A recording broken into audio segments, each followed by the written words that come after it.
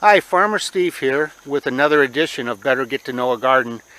And this is another jam-packed weekend. We have more out-of-town guests. Please state your name. Lindsay. And Greg. okay, yeah, no last names, please. So this is totally unbiased and unrehearsed. And I first want to ask you, is this the most wonderful garden you ever saw, or is it just wonderful? I mean, be honest. The most wonderful, amazing, incredible, lush garden. Okay, that's the right answer. We can continue. Yes, Okay. natural wonder. And Eighth wonder. and where do you two hail from? Tacoma, Washington.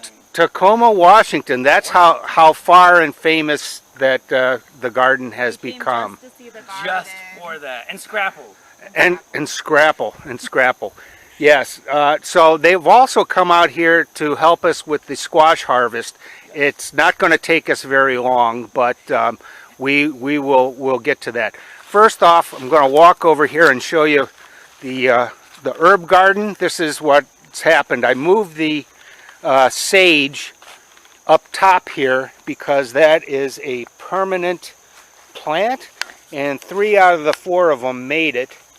And that is a perennial, as is the thyme down here. It's really, if we needed a couple fresh sprigs of thyme, I could come get it anytime I want. The rest of it's just kind of been put to bed. Smell that. And we have a couple of the black-eyed Susans made it past the deer browsing and summer drought. I'm hoping that more of them fill in next year. And then over here, the much anticipated and beloved asparagus is kind of coming towards an end pretty soon. It's going to be brown, and we have to cut it down and then cultivate and fertilize. And let's see, oh, the Brussels sprouts, a major disappointment. But we are getting some sprouts. You can see them down here.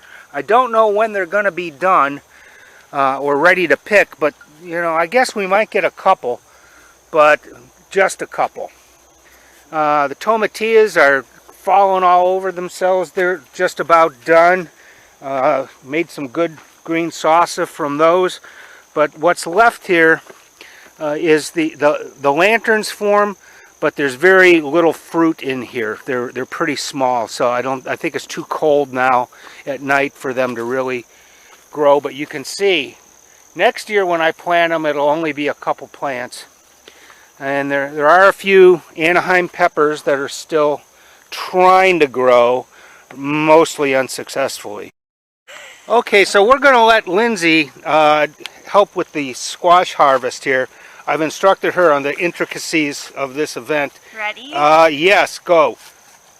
Ta-da! Ta-da! Should I clean it up? Yeah, get all that stuff off. Get out of here. Give it a haircut. Okay, that's good. Yeah, he's so cute. But the second You want squash, a butternut squash? Where do I cut it at? An inch up. about an inch up, maybe like right about Above the there. knuckle. Yep. Great work. Should Okay. I please him up? Yeah, clean him up. Get that stuff off. Oh, he's got a little pricklies on him. Oh yeah. Careful. And there you have it, folks. The squash harvest is in. Right? Well, this guy over here, You could use a little one. yeah, he can. Yeah, let him go. What about this guy? No, he'll never make he's it. Oh, look at that guy. That's a keychain. And the rest of it, where you can see, we're putting it to bed. Pulled all the vines. Let a couple wild tomatoes down here just to see if they'll ripen up. And the tomato canopy is working great. You can see all these nice green tomatoes up on top of the tomato canopy. I don't know if they're going to ripen, but you can see that they don't have the mold and the mildew that's killed all the plants down beneath it, because I guess they get enough air and sunlight and stuff. But we've got one more round of canning tomatoes that we can pick, and then there's just these little 4th of Julys. There's a million of them. Oh. Okay, so that's almost it. I don't think we're going to do another video. We might after everything is cleaned up, just so you can see what bare ground looks like and what we start with.